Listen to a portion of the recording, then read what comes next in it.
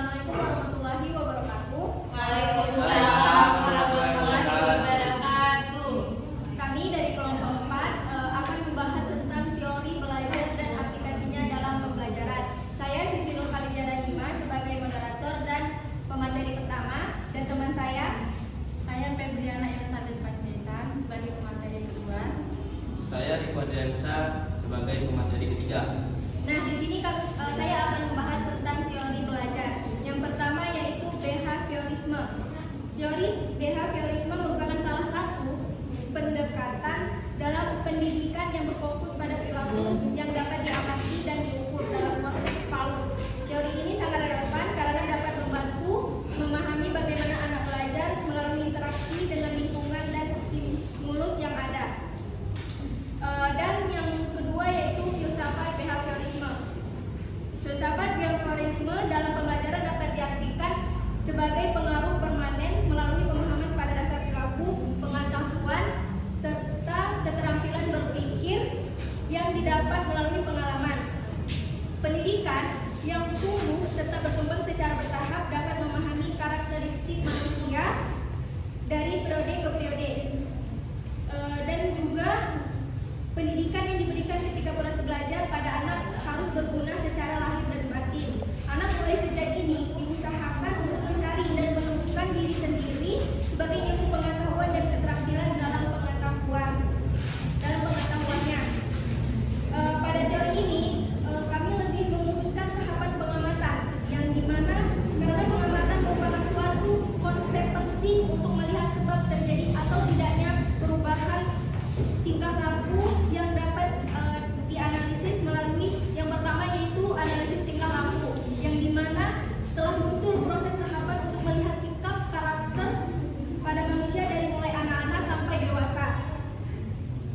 Dan juga psikologi konstitusi juga harus mengembangkan dan meminjamkan cara sebagai metode penilaian tingkah laku untuk mengusut serta melihat hubungan antara jasmani dan kepribadian dalam diri anak. Dan yang kedua yaitu komponen primer temperamen, yang dimana dalam kata besar komponen ini diberi nama viscerotonia, yang dimana seseorang yang tinggi dalam berkepribadian ini mempunyai ciri-ciri cinta atau suka berada pada kenyamanan, makanan, gaya hidup, hobi, dan memiliki kekasih yang sangat tulus. Yang ketiga yaitu aplikasi teori behaviorisme dalam proses pembelajaran anak usia dini. Novi menyatakan bahwa behaviorisme yakni suatu perilaku manusia bukan dari kesadarannya, tetapi melalui sikap dan perilaku yang berdasar kenyataannya. Di sini saya akan menjelaskan kognitivisme, yang dimana teori belajar kognitif ini lebih mementingkan proses belajar daripada hasil belajarnya, yang dimana para penganut aliran model belajar kognitif mengatakan bahwa tingkah laku seseorang ditentukan oleh persepsi serta pemahamannya tentang situasi yang berhubungan dengan tujuan belajarnya. Belajar merupakan perubahan persepsi dan pemahaman yang tidak selalu dapat terlihat sebagai tingkah laku yang nampak. Yang di sini saya akan membahaskan yang pertama yaitu pemuka dan tokoh teori pembelajaran kognitivisme. Yang pertama dikembangkan oleh Jean Piaget, yang dimana Jean Piaget dalam pembelajaran menyebutkan bahasa dan cara berpikir anak berbeda dengan orang dewasa, yang dimana guru mengajar dengan menggunakan bahasa yang sesuai dengan cara berpikir anak. Dan yang kedua dikembangkan oleh Joren Brunner, yang dimana berbeda dengan Piaget. Brunner melihat perkembangan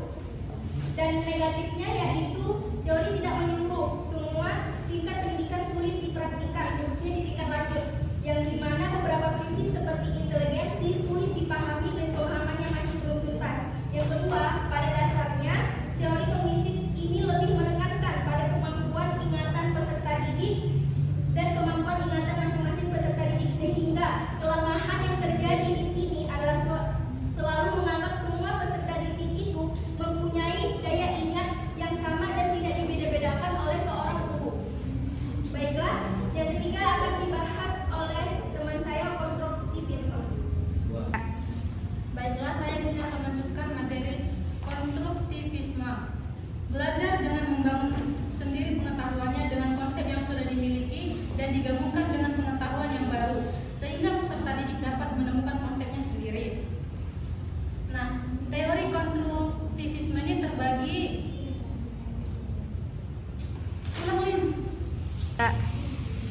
asumsi-asumsi konstruktivisme, yaitu pertama adalah manusia merupakan siswa aktif yang mengembangkan pengetahuan bagi diri mereka sendiri, di mana siswa diberikan kewasan untuk menggunakan ilmu yang sudah didapatkan tersebut, baik dengan melakukan latihan, melakukan eksperimen, maupun berdiskusi sama siswa. Yang kedua yaitu guru sebaiknya tidak mengajar dalam arti menyampaikan pelajaran dengan cara tradisional kepada seluruh siswa. Dan selanjutnya ada perspektif dalam konstruktivisme. Yang pertama ada exogenous, mengacu pada pemikiran bahwa penguasaan pengetahuan mempresentasikan sebuah konstruksi ulang dari struktur yang berbeda dalam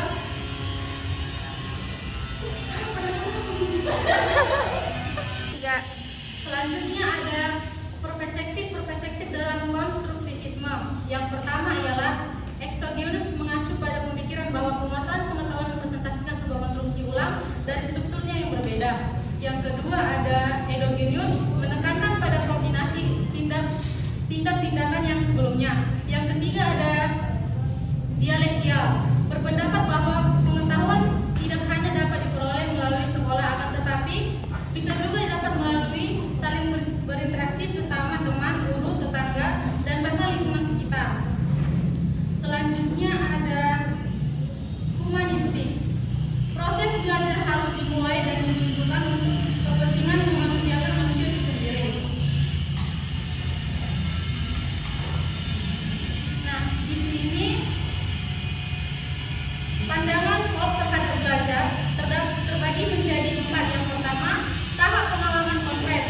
Pada tahap paling awal atau dalam peristiwa belajar adalah seseorang mampu dapat mengalami suatu peristiwa atau suatu kejadian sebagaimana adanya. Yang kedua ada tahap pengamatan aktif dan reflektif. Tahap kedua dalam peristiwa belajar adalah bahwa seseorang menilai akan semakin mampu melakukan observasi secara aktif. Yang ketiga ada tahap konseptualisasi. Tahap ketiga dalam peristiwa belajar adalah seseorang sudah mulai berupaya untuk membuat abstraksi. Yang keempat, tahap eksperimen. Tahap ini dari peristiwa belajar menurut Hobbes adalah melakukan eksperimen secara aktif. Selanjutnya ada sibernetik, mengembangkan suatu sistem atau produk yang bermanfaat bagi calon pengguna, tutorial, dan praktik simulasi dan pemisahan masalah, menggunakan software untuk menilai dan menyimpan catatan pemahaman peserta didik. Tujuan teori belajar sibernetik terbagi menjadi 3. Yang pertama, meningkatkan efektivitas pembelajar. Yang kedua, mendorong pembelajar mandiri. Yang ketiga, memfasilitasi penyesuaian secara strategi belajar. Baiklah, materi selanjutnya akan disampaikan teman saya. Let's go. Oke, selanjutnya yaitu yang terakhir 4 pilar belajar UNESCO. Dan yang pertama, learning to know, yaitu belajar mengetahui. Pilar pertama ini merupakan pintu gerbang pertama masuknya ilmu pengetahuan. Maka keaktifan anak sangat berpengaruh penting. Hal ini juga merupakan suatu hal yang mendasar dalam keberhasilan proses pembelajaran.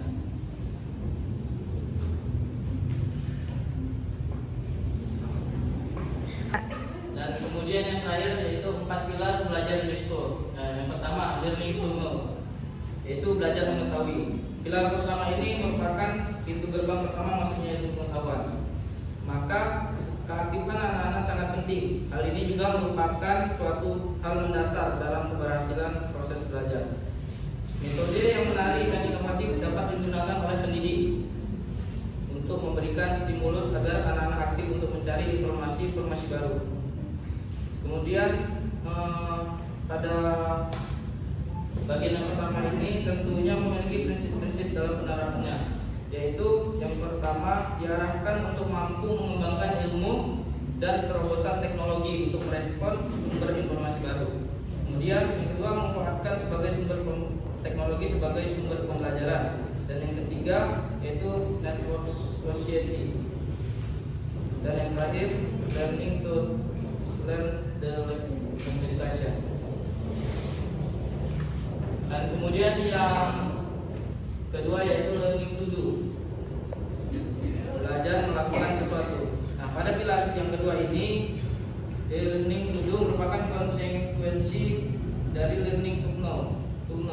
Learning to do bukanlah kemampuan berbuat yang mekanis dan pertukangan tanpa pemikiran, tetapi action in thinking dan learning by doing. Dengan ini peserta didik akan terus belajar bagaimana memperbaiki dan mengembangkan kerja, dan juga bagaimana mengembangkan teori atau konsep intelektualisnya menurut Syamsul Ma'arif 2005. Kemampuan soft skill dan hard skill sangat penting dalam menyiapkan sumber daya manusia yang berkualitas dan cakap dalam menghadapi perkembangan zaman dengan cara mengembangkan seluruh potensi yang dimilikinya. Laksana 2016. Selain itu, penerapan pilar yang kedua ini juga erat kaitannya dalam mengembangkan kemampuan halus dan kasar anak-anak. Kemudian yang ketiga, learning to live together, yaitu belajar hidup bersama. Learning to live together merupakan kelanjutan yang tidak dapat dielakkan dari learning to know, learning to do, dan learning to be. Learning to live together ini menuntun seseorang untuk hidup bermasyarakat, menjadi edukasi yang bermanfaat baik bagi diri sendiri maupun masyarakat luas. Kemudian learning to live together merupakan pengajaran yang melatih dan membimbing peserta didik agar dapat menciptakan hubungan melalui komunikasi yang baik, menjauhi prasangka buruk terhadap orang lain, serta menjauhi dan menghindari terjadinya perselisihan atau konflik. Nah, melalui learning to live together ini anak-anak belajar melalui berbagai kegiatan secara bersama-sama. Tujuannya agar anak merasakan kebersamaan dalam belajar sehingga akan terus menyenangkan dan lebih mudah.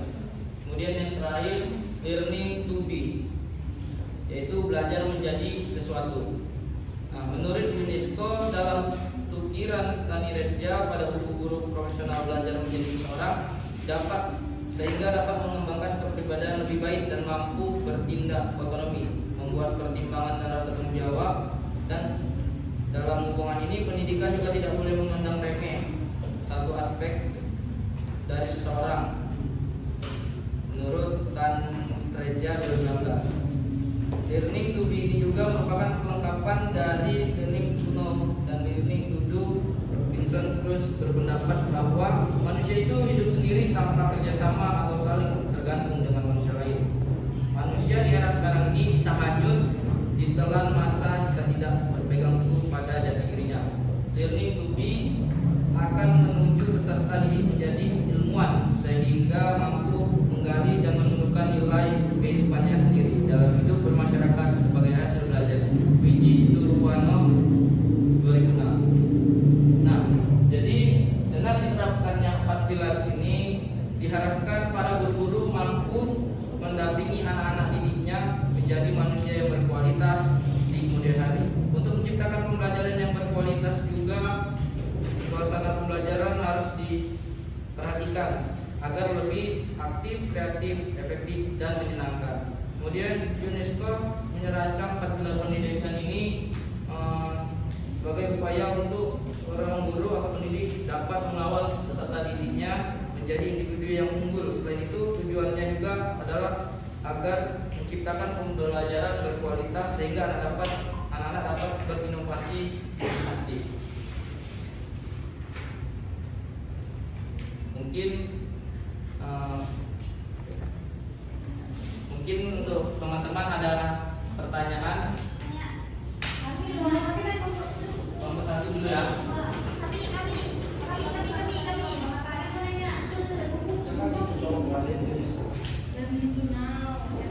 Assalamualaikum warahmatullahi wabarakatuh.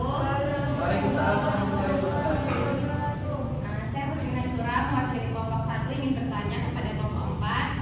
Pertanyaannya terkait tantangan apa yang akan dihadapi dalam mengimplementasikan aplikasi pembelajaran yang mendukung pembelajaran Merdeka Belajar dalam Merdeka Belajar.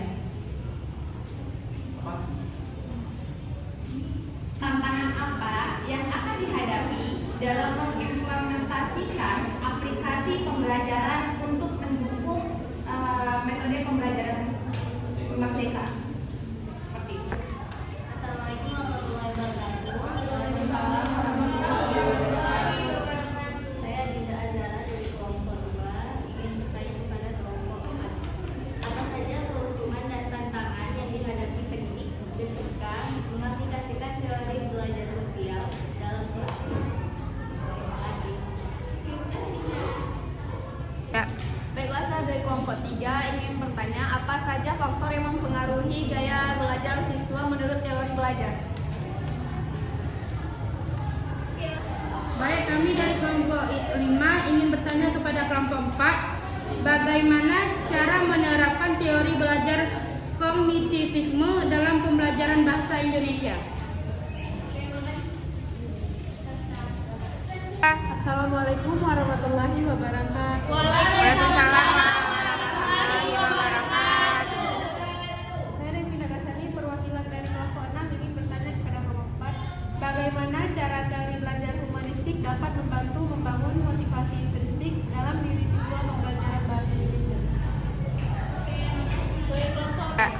Assalamualaikum warahmatullahi wabarakatuh. Waalaikumsalam warahmatullahi wabarakatuh. Saya Sina Desatini dari kelompok 7 ingin bertanya kepada kelompok 4, bagaimana teori behavioristik dapat diterapkan dalam konteks pembelajaran di kelas? Berikan contohnya.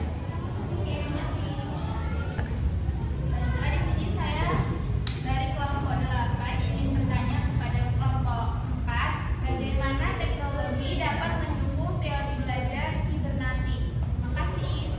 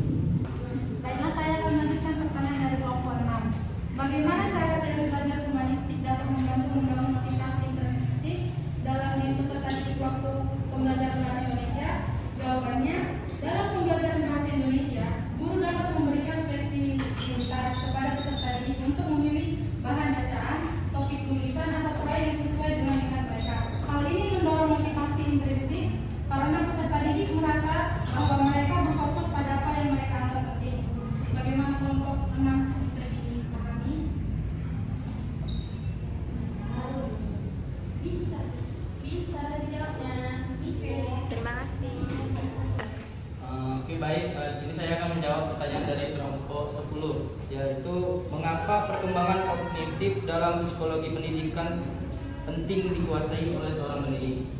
Nah, jadi perkembangan kognitif sangat penting untuk mengembangkan kemampuan anak dalam mengeksplor dirinya karena berkaitan dengan pikiran tidak sadar seorang anak. Nah, Piaget dan Vygotsky memperkenalkan sejumlah ide dan konsepnya untuk mendeskripsikan dan menjelaskan perubahan-perubahan dalam pemikiran logis yang diamatinya. Gimana untuk kelompok 10, apakah dapat diterima? Baiklah, di sini saya akan menjawab pertanyaan kelompok 7 yang dimana bagaimana teori behavioristik dapat diterapkan dalam konteks pembelajaran di kelas dan berikan contohnya. Nah, aplikasi teori behavioristik dalam pembelajaran di kelas secara umum langkah-langkah pembelajarannya yang berpijak pada teori behavioristik dapat digunakan dalam merancang pembelajaran. Langkah-langkah pembelajaran tersebut antara lain yang pertama menentukan tujuan pembelajaran, yang kedua menganalisis lingkungan kelas yang ada saat ini termasuk mengidentifikasi pengetahuan awal siswa, yang ketiga yaitu menentukan materi pembelajaran, dan yang keempat memecah materi pembelajaran menjadi bagian kecil-kecil meliputi pokok bahasan, subpokok bahasan, topik dan lain sebagainya. Dan yang kelima menyajikan materi pembelajaran karena memberikan stimulus dapat berupa pertanyaan baik lisan maupun tertulis, tes atau kuis, latihan atau tugas-tugas. Dan yang ketujuh mengamati dan mengaji respon yang diberikan siswa. Kedelapan memberikan penguatan atau reinforcement atau mungkin penguatan positif ataupun penguatan negatif ataupun hukuman. Yang ke-9 memberikan stimulus baru. Yang ke-10 memberikan penguatan lanjutan atau hukum. Dan yang ke-11 yaitu evaluasi belajar. Nah, contoh di dalam pertanyaan tersebut yang pertama yaitu stimulus tugas yang diselesaikan dengan benar, partisipasi akhir dalam diskusi atau perilaku positif lainnya, dan responnya yaitu siswa menyelesaikan tugas, berpartisipasi atau menunjukkan perilaku positif. Penguatan yaitu siswa mendapatkan poin untuk setiap respon yang benar atau perilaku positif, dan poin-poin ini dapat ditukarkan dengan hadiah kecil atau privilege lainnya. Dan yang kedua yaitu stimulus soal-soal latihan atau pertanyaan yang diajukan oleh guru. Responnya yaitu siswa menjawab soal-soal tersebut, dan penguatannya untuk memberikan umpan balik langsung atas jawaban siswa baik itu benar maupun salah. Pengulangan latihan dapat membantu perkuat respon yang benar. Penggunaan jadwal penguatan, apakah bisa diterima? Bisa. Kelompok ini 5. Kelompok 5 sama 3. Baik, kita akan menjawab pertanyaan dari kelompok 3. Anak 3. Faktor yang mempengaruhi gaya belajar siswa menurut teori belajar. Pertanyaan dong. Walah, woi. Oke, kalian akan menjawab pertanyaan dari kelompok 3. Apa saja faktor yang mempengaruhi gaya belajar siswa menurut teori belajar? Nah, faktor yang mempengaruhi gaya belajar siswa menurut teori belajar meliputi yang pertama yaitu lingkungan fisik. Suara, pencahayaan, suhu, dan tempat duduk dapat mempengaruhi konsentrasi siswa. Yang kedua yaitu kebutuhan emosional. Emosi positif meningkatkan proses belajar, sedangkan emosi negatif dapat menghambat. Kemudian yang ketiga kebutuhan sosial. Preferensi untuk belajar sendiri atau dalam kelompok mempengaruhi gaya belajar. Kemudian yang keempat faktor biologis. Kesehatan fisik dan waktu dapat berperan dalam kemampuan belajar. Dan yang terakhir faktor alamiah. Pembawaan individu yang tidak dapat diubah juga dapat berpengaruh. Apakah kelompok 3 dapat diterima jawabannya? Terima kasih. Ya. Baiklah, di sini saya akan melanjutkan menjawab pertanyaan dari kelompok 2. Pertanyaannya, apa saja keuntungan dan tantangan yang dihadapi pendidik ketika mengaplikasikan teori belajar sosial dalam kelas? Nah, itu seperti pembelajaran observasional, yaitu siswa dapat belajar dengan mengamati tindakan dan perilaku orang lain, termasuk guru dan teman sebaya. Itu memperkuat pemahaman peserta didik tersebut. Bagaimana kelompok 2 dapat dipahami?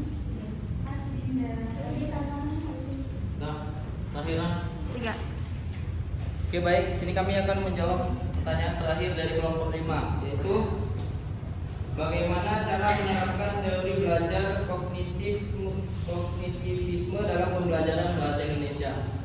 Nah, untuk menerapkan teori belajar kognitivisme dalam pembelajaran bahasa Indonesia, beberapa langkah dapat diambil. Yang pertama, fokus pada proses berpikir. Nah, ajak siswa aktif berpikir kritis dengan menganalisis teks dan mengaitkan informasi baru dengan pengetahuan yang sudah ada. Kemudian gunakan media konkret. Implementasikan media pembelajaran yang konkret untuk membantu siswa memahami konsep abstrak. Kemudian ajak mereka untuk diskusi dan kolaborasi. Yang kemudian refleksi diri, berikan waktu bagi siswa untuk merefleksikan diri untuk mencari pengalaman belajar mereka sehingga mereka bisa memahami proses mental. Kemudian yang terakhir, penggunaan strategi pembelajaran. Nah, pada penerapan yang terakhir ini itu dapat menerapkan strategi seperti pemecahan masalah dan pengorganisasian informasi untuk meningkatkan pemahaman dan ingatan siswa. Apakah kelompok 5 dapat diterima? Jawabannya mungkin cukup sampai di sini karena di sana mungkin dia sudah bahagia dengan yang lain. Hidup sendiri tanpa kasih. Cukup sekian dan terima kasih. Kami akhiri. Wabillahi taufiq wal hidayah. Wassalamualaikum warahmatullahi wabarakatuh.